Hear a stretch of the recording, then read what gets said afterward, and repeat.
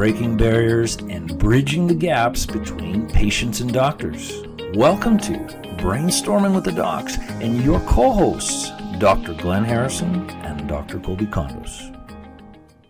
All right, everyone, welcome back to this week's episode of Brainstorming with the Docs. I'm Dr. Kolby Condos.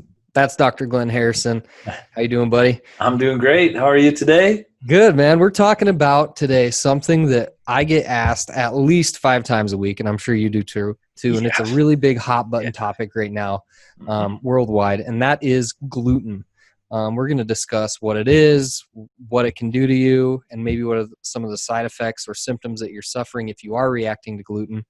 If this is your first time listening or watching the podcast, and you have questions about your own health or other health-related conditions that we might commonly break down, hit like and subscribe, turn on the notifications, and scroll back through our library because we've already broken down a lot of issues like this in the past. So without further ado, let's just get right into it. What is gluten and what does it do? What is gluten? Well, gluten is the devil.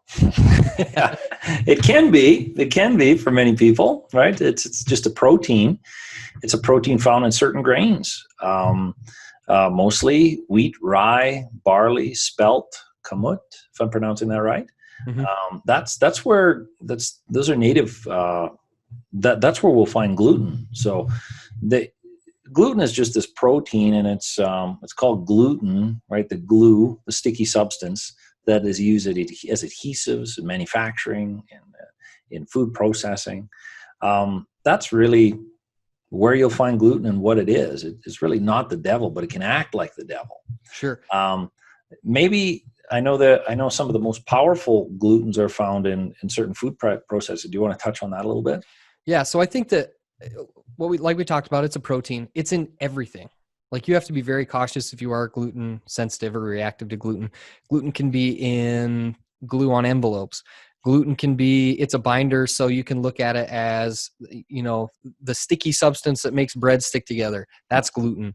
When we look at processed meats, it can be in that. It's salad dressings. It can be in gravies. It can be everywhere. I think one of my friends actually, she has celiac disease, and we were out at a restaurant, and she ordered a Bloody Mary. She asked if I wanted one. I'm like, no, I don't want one. Depending on, the Bloody Mary mix that they use, it might have gluten in it. She's like, no way. Yep, sure enough, I asked for the ingredients. They brought the bottle out, contained gluten.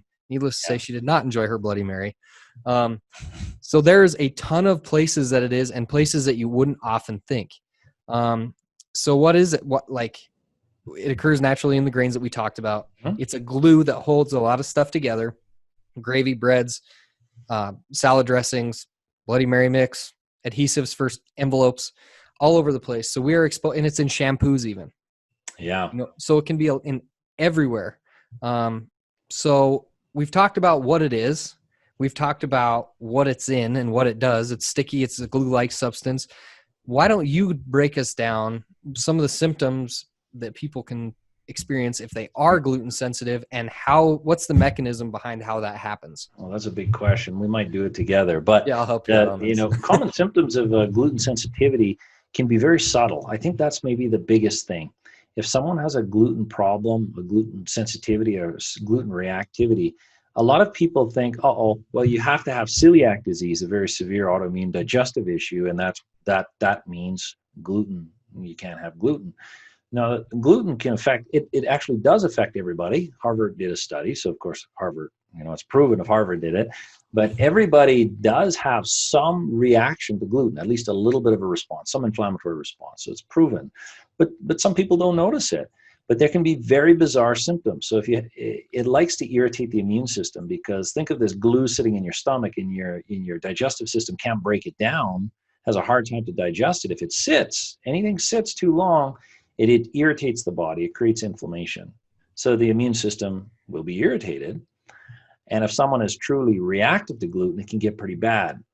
I think there's more symptoms than not when it comes to gluten reactions. But some of the common ones that I know that you see, Dr. Kolby: brain fog, I see vertigo, poor balance, something called gluten ataxia, migraines all the time. I'll see menstrual cycles, and females get so much worse. I'll see infertility. weight gain, joint pain. I'll see vision problems, hair loss.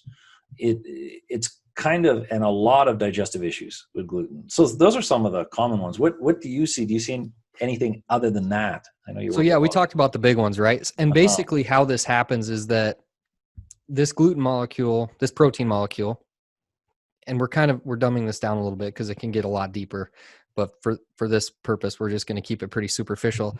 What happens is that your it has what's called molecular mimicry. And what it does is it actually can either make antibodies to a protein that looks the same or is similar to the gluten protein, or it can bind to certain receptors within your wherever, your GI system, your nervous system, your reproductive system, whatever. That's how you start to react to that. So then we see things like, well, I think one that I see really commonly, and I think that a lot of people, as soon as I tell you this, will go, aha, is it actually can bind to morphine receptors. So then they become addicted to it, right? So they get this gratification model where they eat it and it makes them euphoric and they feel super, super great because it's binding to their morphine receptor and it's stimulating the release of that morphine-like experience. So people, when they're like, oh man, I had this glazed donut, I felt great. But, well, yeah, your blood sugar went through the roof. You got the gratification from the sugar, but then on top of that, that gluten could bind to your morphine receptors and you get euphoric and high that way. So people can actually become like dependent on it a little bit, where they actually become addicted to it because of that process too. So you talk about things like, gut permeability, leaky gut, you talk about brain fog, you talk about addiction. People are like, oh man, I go through withdrawals if I don't eat my carbohydrates. Well, there's pretty good possibility that could be a component of it. Yeah, definitely that gluten withdrawals. In my clinic, I see probably at least one person out of 10. When they pull gluten, they'll go through withdrawal, and it can get pretty severe. The symptoms will be consistent with any existing symptom that's in the body. If someone already has migraines, going through with gluten withdrawal will make those migraines worse. If someone has some joint pain in their left knee, it's probably going to make it worse. A lot of brain fog with the withdrawal symptoms. Sometimes it can be very, very severe. I've seen couples come into my office, and when they pull it out, they're arguing in the hallway. I can see them. They're coming into the office and arguing. And the week before, we had to pull gluten, and ask them how they are, and they're like, it was a terrible week, but they don't know what it is. So, and the sweetest couple before. It's like, you're an addict. That's the problem. Yeah, you're an addict. You're a morphine addict. But I usually see within 7 days, 10 days, you'll get to the other side of it. So if anybody is listening to this, it can be tough, but you'll get to the other side of it. So that's some of the physiological symptoms. What about some of the physiological responses to gluten? Yeah. So as far as like the inflammatory, you're going to have an inflammatory response to it, especially because of, like we talked about, molecular mimicry and stuff like that. So you're going to obviously be more inflamed. If you develop cross reactivity to those, then your immune system is going to be sensitized. And we've actually talked about this in other podcasts, and we can put the link in the description about autoimmunity and how that happens. I see in my practice, this can be a big component to a driver of autoimmunity.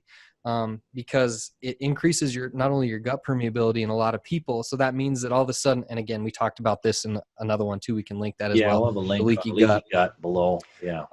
So all of a sudden these tight gap junctions that are supposed to be only allowing they're selectively permeable. So only allowing small things through. All of a sudden they open up and everything gets through. Then you get in a larger immunologic response. So then you get more inflammation. It's this big self-amplifying cycle. So it just can really affect your physiology on all levels. I mean, it can affect your metabolism.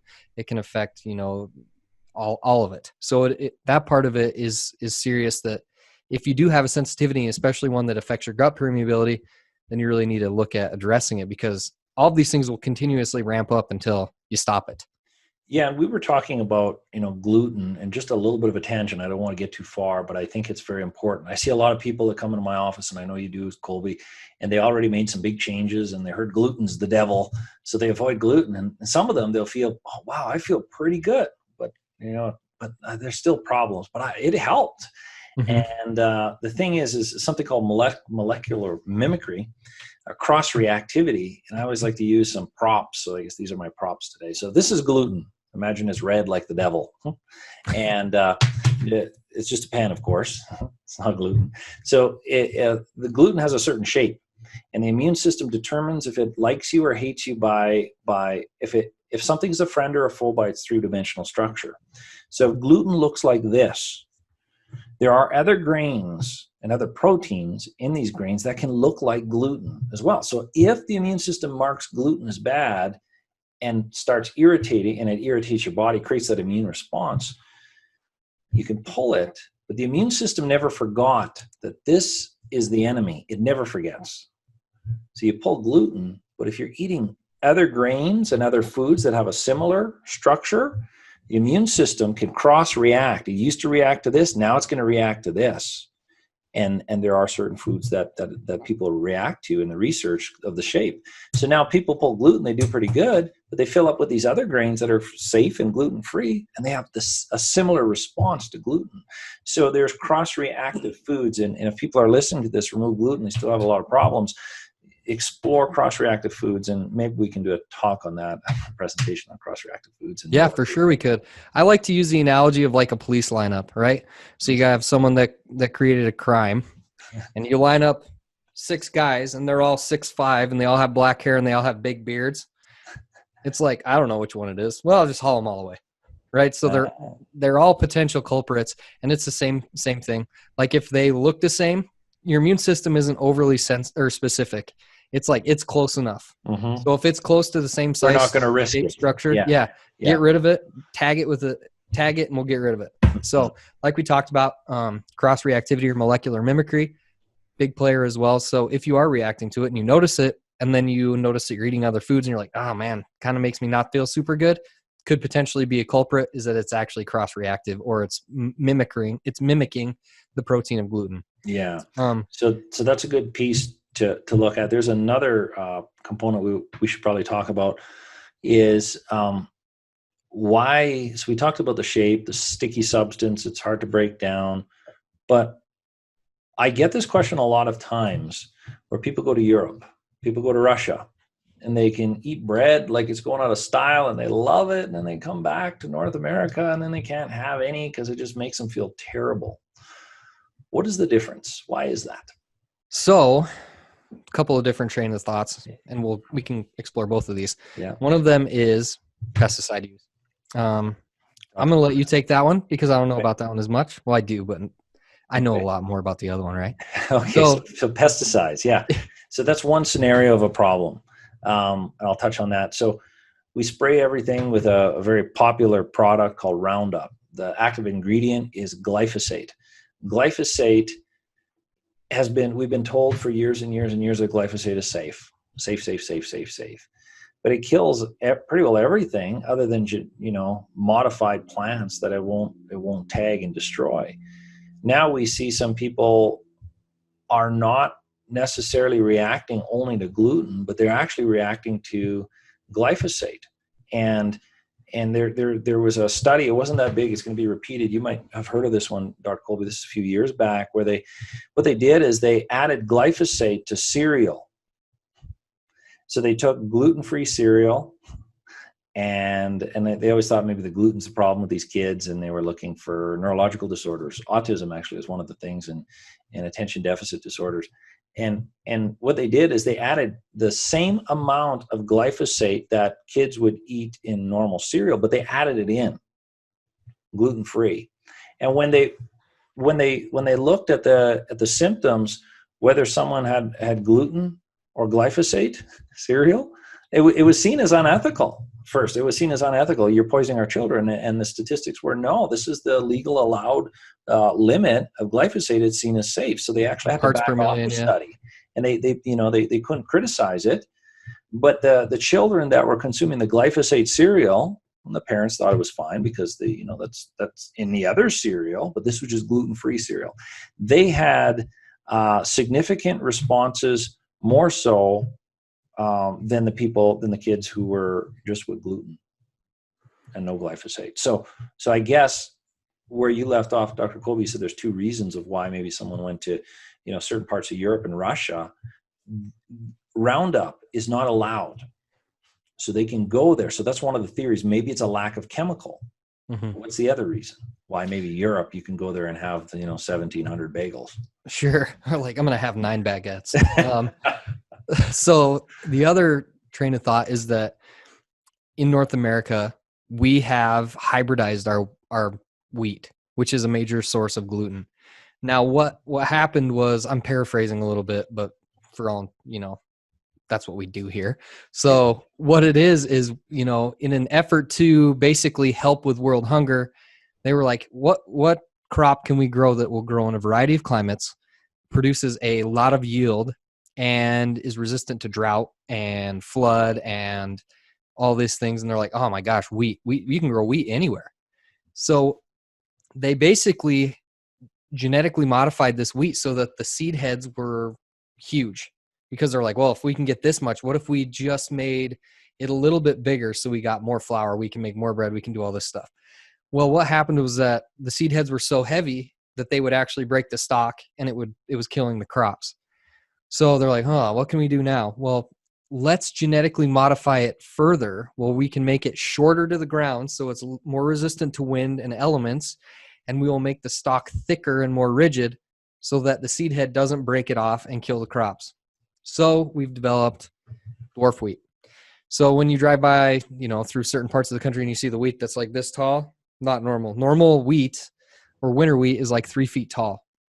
So when they genetically modified this, the amount of proteins within wheat expanded and changed dramatically. You think about over the last 1,000 years or so, wheat hadn't changed that much. And then in the course of 10 or 15 years, it changed significantly. So our immune system was not able to basically keep an updated copy of what had been changing. And now it's seen as a potential pathogen. An enemy. Yeah. So it's seen as something that is not supposed to be there, and it's there. So when you go to Europe and stuff, or you go to other parts of the world where dwarf wheat or hybridized wheat is not as common, then our physiology is adapted to digesting and metabolizing that. Whereas now in North America and places with dwarf wheat and hybridized wheat, it's got a bunch of new proteins and a bunch of new structures that we aren't able to identify, and we perceive them as being bad. That's exactly right. So now our bodies don't recognize the food we're feeding ourselves, and this gluten has been hybridized, and it's expected that the gluten and the wheat, there's more than 5%. I keep hearing two numbers, 5 or 15%. I think it's 5. More than 5% difference in amino acid sequence. So now it's kind of like a morphed wheat. It's a Franken wheat, and it's kind of everywhere. So the two theories is the chemical theory and the mutated, the Franken gluten, where our bodies just can't handle all of it. But then we can go to certain parts of Europe and Russia, and we can consume those things, and it doesn't cause any problem. So it's not that gluten is bad; it's we butchered gluten, maybe.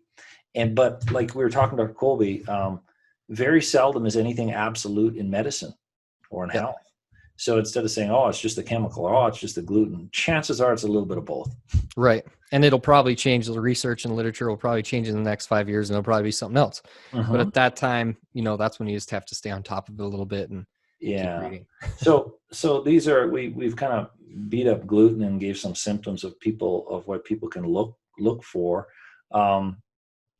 What are some associated health disorders with gluten irritation, and how could we really determine if there's a gluten problem? Sure. So I look a lot at any sort of autoimmune condition, what could have a gluten component. So if you have, rheumatoid arthritis, if you have balance issues, I've actually caught that before in my practice, where it was actually molecular mimicry and cross-reactivity with nervous system tissue. So just to interrupt there, we talked about gluten being bad, and then the other grains, other foods that look like gluten, and then there's that cross-reactivity. Our immune system reacted to gluten, but now it's reacting to this. What Dr. Kolby is saying now is my head. So this is gluten and cerebellar tissue, which is about the back of the brain. It looks similar. So there can be cross-reactivity between gluten and your cerebellum. So Yep. consuming gluten can create a cerebellar problem, what you were talking about. Yep, absolutely. It's like, oh, this and this, oh, they're close enough. So then you make antibodies to your own tissues, and that's when you can get these type of things. So you can get thyroid, big one. Yep, Hashimoto's is big time. So yeah, I mean, any sort of autoimmune condition, I always at least explore the option that is a potential, a concomitant at least with what might be going on. Might not be the only problem, but at least look at exploring it. And as far as determining if it's a true problem for you, you can run lab work on it. Yeah. And I do that on a lot of people. And if the lab work comes back, and then in addition to not only running the gluten, the gluten sensitivity panel or the reactivity panel, I also explore, like we talked about, the cross reactivity panel. And what that does is that actually explores, foods that are similar size, shape, structure as the proteins within, the gluten proteins. There's a bunch of them, but it explores the option of potentially having that molecular mimicry. And in the event that you have that, you'd want to pull that out as well, because you're still going to have that immunologic response, even if you're not eating gluten, if you're eating these other foods that are really the same size, shape, and structure, like we talked about before. Yeah. And we can put some links in the bottom. I have videos on explaining a really good gluten panel and a cross-reactive panel. Yeah, there's a ton of good information on your website. So yeah, and if you go to the YouTube page, you can find links from there. And then in addition to that, getting on your website, which is drgharrison.com, there's a ton of good videos on there as well. And that's a really good resource for people. So if you're feeling like this might be something, a component of your health that you're maybe not looking at, or maybe it's been underaddressed to this point, definitely explore it. And if you have more questions, you can reach out to us. We do our best to answer questions and comments. You can get us at info@brainstormingwiththedocs.com. You can get us on our websites. My website is www.northlakechiropractic.com. Dr. Glenn's is, like I mentioned before, www.drgharrison.com. And you can get a lot of information there. So the moral of the story, gluten is the devil.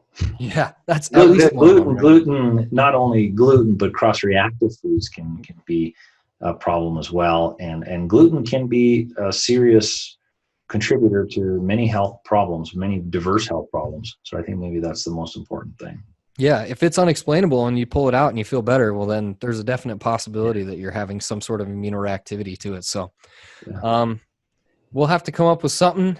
I think we have a few on deck here. So yeah, I think we're getting better at this as we go. So we'll continue to grow together, and hopefully you guys got value from this content like we talked about before. If you liked and enjoyed this, like it, share it, turn on notifications so the next time we drop one, you guys get notified. And if you feel like this might help someone that you love or know, then share it with them. So, all right. That sounds good, Dr. Kolby. We'll talk to you next day. All right, man. Until next time. Thank you. Bye-bye.